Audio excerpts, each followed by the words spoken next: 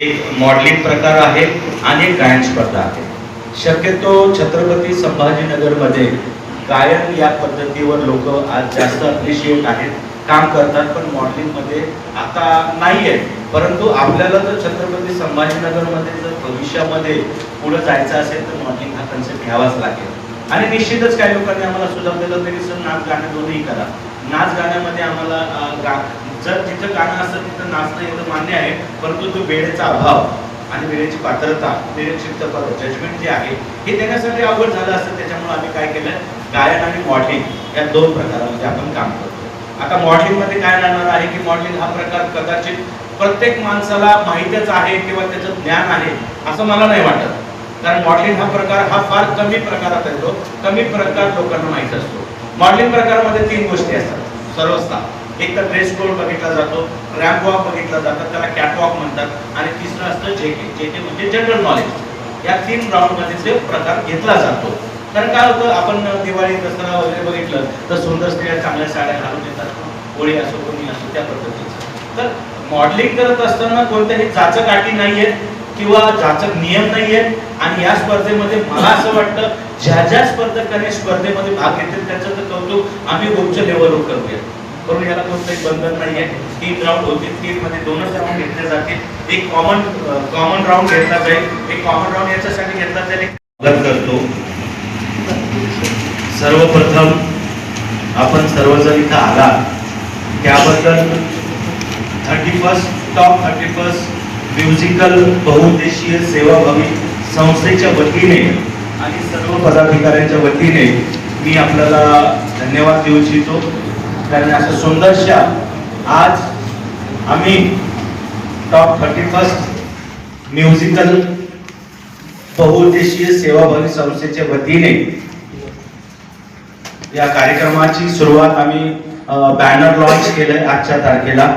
आज या कार्यक्रमाला मराठवाड्यातील नामवंत असे ज्याचं स्वतःचं मिरॅकल इव्हेंट मॅनेजमेंटचं इन्स्टिट्यूट आहे, पेट्रोल पंप आहे, असे दीपकजी सोनवणे यांच्या हस्ते व छत्रपती संभाजीनगरच्या दामिनी पथकाच्या पोलीस उपनिरीक्षक लताजी जाधव यांच्या उपस्थितीमध्ये हा सोहळा संपन्न केलेला आहे. आपल्या उपस्थितीमध्ये सर्वांना सांगताना आनंद होतो की टॉप 31 कराओके सेवाभावी ही संस्था गेल्या भरपूर वर्षापासून तिथे कार्यरत आहे. आणि या संस्थेने 2020 पासून छत्रपती संभाजीनगरमध्ये आरोग्य शिबिर, रक्तदान शिबिर, अनाथाश्रमामध्ये फळवाटपाचा कार्यक्रम असू द्या, महिलांना पुरुषांना ज्या दृष्टिकोनातून या सेवाभावी संस्थेला कार्य करता आलं ते कार्य आम्ही या संभाजीनगरमध्ये केलेलं आहे. या संस्थेचे संचालक अध्यक्ष सन्माननीय सतीशजी मस्के साहेब आहेत. त्याचप्रमाणे या संस्थेचे सचिव सौ कविता वाकेकरताई आहेत. त्याचप्रमाणे उपाध्यक्ष तुळशीराम मुळे आहेत. आणि आनंदाची गोष्ट आज तुम्हाला पत्रकार परिषद बोलवण्याचं मागचं सर्वात मोठं आनंदाचं कारण हे आहे, गेल्या कित्येक वर्षापासून तुम्ही बघत आला की आज मोबाईलने, इंटरनेटने या जगावर राज्य केलेलं आहे. आपल्या लहानपणामध्ये आपल्याला जर एखादं स्नेहसंमेलन करायचं असतं किंवा उत्साह करायचा असतं, स्टेज उपलब्ध राहायचे. परंतु आज काय झालंय, प्रत्येक जण मोबाईलवर आपली रील बनवतोय, आपलं स्टेटस ठेवतोय, काहीतरी पैसे कमवण्याचं माध्यम यूज करतोय. परंतु अशामध्ये प्रत्येक कलावंताला त्याला मोठं स्टेज मिळत नाहीये किंवा त्याला बघण्यासाठी मला जर असं वाटलं की मी आज गाणं म्हणतोय परंतु मी इंडियन आयडल होऊ शकत नाहीये किंवा सोनू निगम असो, कुमार सानू असू द्या, संगीत क्षेत्रामध्ये असू द्या, मॉडेलिंग क्षेत्रामध्ये असू द्या, मिलिंद सोनम सारख्या आर्टिस्ट सोबत मला काम करायला मिळत नाही, केवळ स्टेज परफॉर्मन्स नसल्यामुळे ही दुरावस्था होत चाललेली आहे. त्यामुळे या संस्थेने असा निर्णय घेतला आहे. आनंदाची गोष्ट ही आहे की या संस्थेमध्ये सतीश मस्के अध्यक्ष असून सुद्धा 150 लोक या संस्थेचे सभासद आहेत. दुसरी महत्वाची गोष्ट, आपण सर्वांच्या उपस्थितीमध्ये आज आम्ही आवाहन करतोय सर्व छत्रपती संभाजीनगरच्या लोकांना, नागरिकांना, कलावंतांना की येणारा आम्ही 15 ऑगस्ट 2026 या दिनी, स्वातंत्र्य दिनी आपण मोठ्या भव्य दिव्य प्रमाणामध्ये गायन आणि मॉडेलिंग स्पर्धा ठेवतोय. या स्पर्धेसंदर्भात मी या कार्यक्रमाचा एक आधारस्तंभ किंवा संयोजक असल्यामुळे मला ही जबाबदारी संस्थेने दिली, त्याबद्दल संस्थेचा मी आभारी आहे. सर्वात मोठा प्रश्न आहे की ही स्पर्धा कशी असणार आहे, बरोबर. दुसरा महत्त्वाचा मुद्दा, स्पर्धाचे आयोजन कसं आहे, बक्षीस कसे आहे, पारितोषिक कसे आहे, फीस कशी आहे, स्ट्रक्चर कसे आहे, नियमावली कशी राहणार आहे, आणि यामध्ये सर्वात महत्त्वाचा मुद्दा की या स्पर्धेची व्यापकता किती राहणार आहे, बरोबर. सर्व पत्रकार बंधूंना विनंती आहे की जर तुम्हाला काही प्रश्न विचारायचे असतील तर पूर्वी मी माझं पूर्ण विश्लेषण दिल्यानंतर तुम्ही मला प्रश्न विचारू शकता. सगळ्यात महत्त्वाचा मुद्दा, हा कार्यक्रमाची संकल्पना सन्माननीय दिलीपजी दांडगे, आशाताई सावंत, आणि तुम्हाला सांगू इच्छितो ऑडिओ बाईट्स म्हणून एक कराओके क्लब आहे, आमचे मित्र आहे, माझे लहानपणीचे मित्र आहेत, सन्माननीय विक्रांतजी सातपुते. आज काही कारणास्तव ते बाहेर गेलेले आहेत, ते उपस्थित नाही राहत आहेत, परंतु त्यांच्या या कार्यक्रमामध्ये प्रचंड असा वैयक्तिक, मानसिक आणि शारीरिक श्रम त्यांनी घेतलेले आहे. आता आपण मुख्य कार्यक्रमाकडे बोलूया.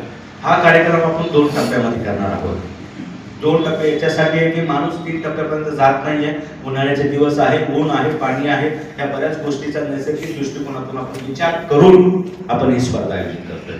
या स्पर्धेचं आयोजन करण्यामागचा उद्देश एवढाच आहे की आपण आपल्या लहानपणात गेलेल्या कलावंतांना, छत्रपती संभाजीनगर मधील कलावंतांना मोठ्या पडद्यावर, मोठ्या उमेदीने, मोठ्या ठिकाणावर, सिनेसृष्टीमध्ये म्हणा, त्यांच्या टॅलेंटवर ते जाऊ शकतील. कदाचित या कार्यक्रमाला अचानकपणे कोणती मोठी सेलिब्रिटी अकस्मात येऊन त्यांचंही योगदान राहू शकतं आणि ते त्यांना ते उचलून घेऊ शकतात.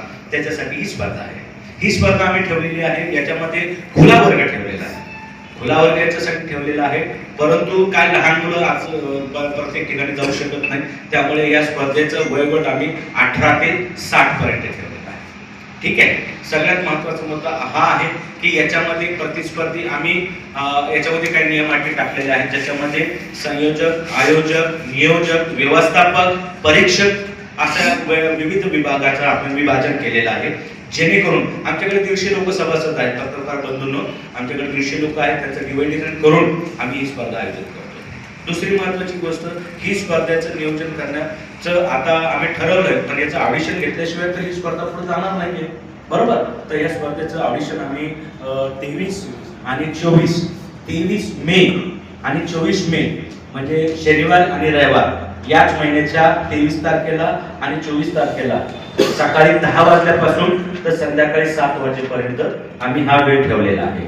दुसरी महत्त्वाची गोष्ट, काही लोक या स्पर्धेत तुम्ही अनुभवी पत्रकार आहात आणि पत्रकार असताना तुम्हाला भरपूर अनुभव आलेला आहे, पार्सलिटी आहे, बार्गेनिंग आहे, की चला बा तुम्ही तुमच्याच लोकांना तिथं निवडलेलं आहे, तेच गाणं म्हणत आहेत आणि त्यांनाच पारितोषिक दिलेलं आहे. आमच्या रजिस्ट्रेशन फॉर्म मध्ये आम्ही स्पष्ट नमूद केलेलं आहे, आयोजक समितीपासून तर व्यवस्थापन समितीमध्ये जी लोक मंडळी काम करणार आहेत, दूर पर्यंत त्यांचे नातेवाईक, त्यांचा मित्र परिवार, त्यांचा घरातला परिवार हा या स्पर्धेमध्ये सामील राहणार नाही.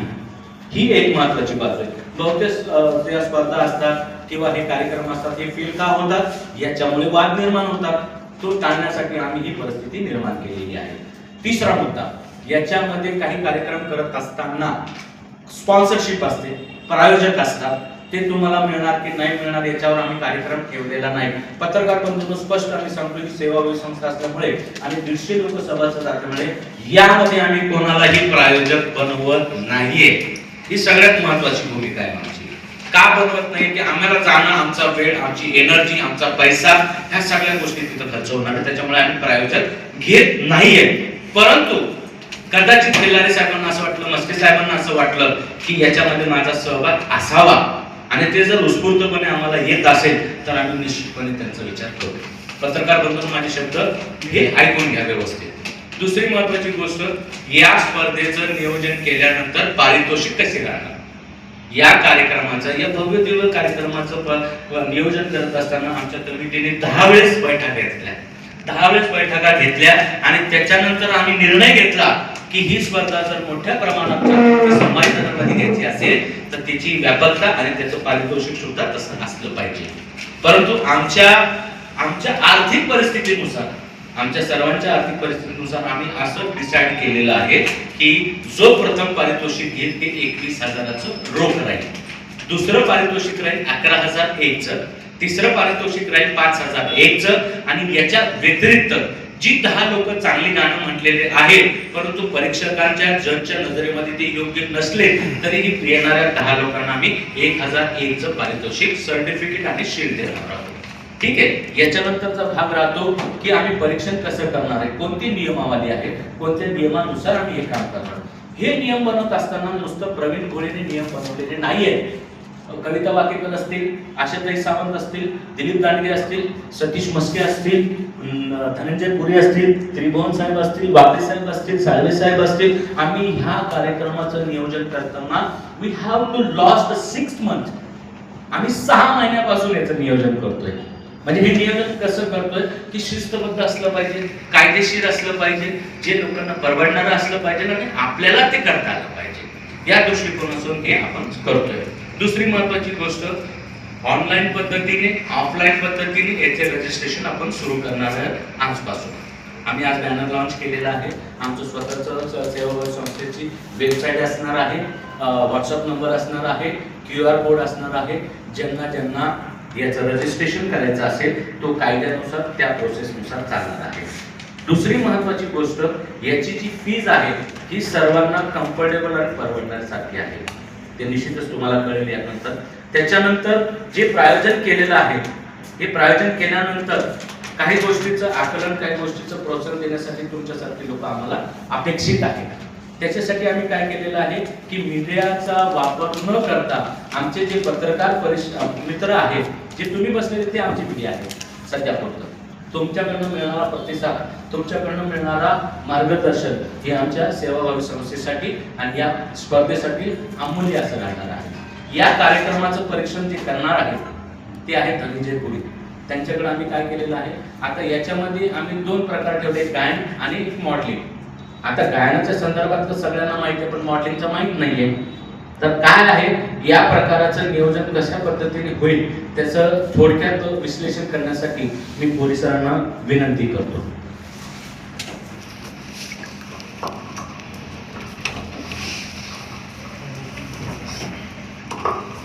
वयवर्ष 18 ते 60 सोलो गायन स्पर्धा आहे.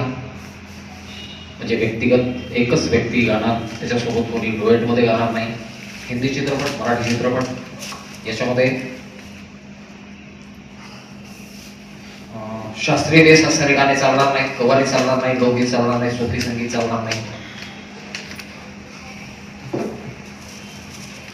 शुद्धपणे हिंदी चित्रपट गाणे, मराठी चित्रपट गाणे इन्क्लुडिंग गझल. गझल नाही, गझल सुद्धा नाही.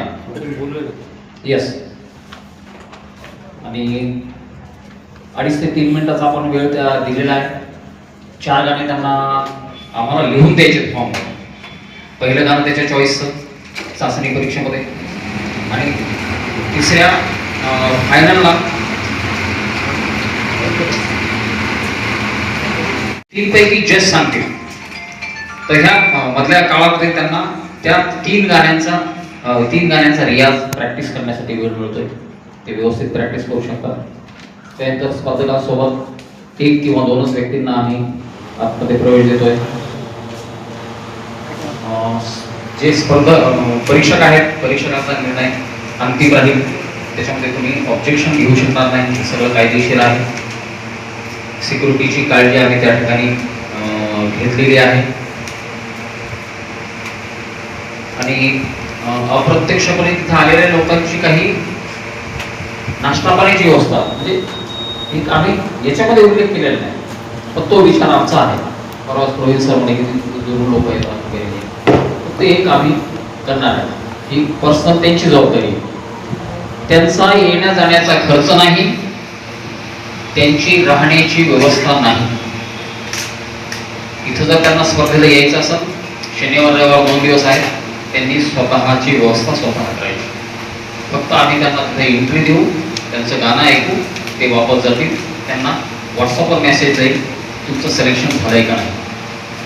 आम्ही जे सध्या 31चा आकडा काढलेला आहे. हा आकडा कदाचित मागे पुढे होऊ शकतो. स्पर्धक जर आले की हा आकडा वाढवू शकतो किंवा आम्हाला जे योग्य जर नाही वाटले हा आकडा मी 4-5 नाही 5-7 नाही कमी करू शकतो 3100 ऐवजी, तो निर्णय सगळा आमच्या कमिटीचा आहे. आणि 15 ऑगस्टला भव्य दिव्य कार्यक्रम आहे. बक्षिसे वितरण 15 ऑगस्टला लगेच आहे. सायंकाळी दुपारी स्पर्धा झाल्याच्या नंतर 5 पर्यंत स्पर्धा अंतिम फेरी संपली की थोडासा गॅप देणार आहोत आपण आणि मग 6 होते तो कार्यक्रम करू आपण. ओके. मॉडेलिंग संदर्भात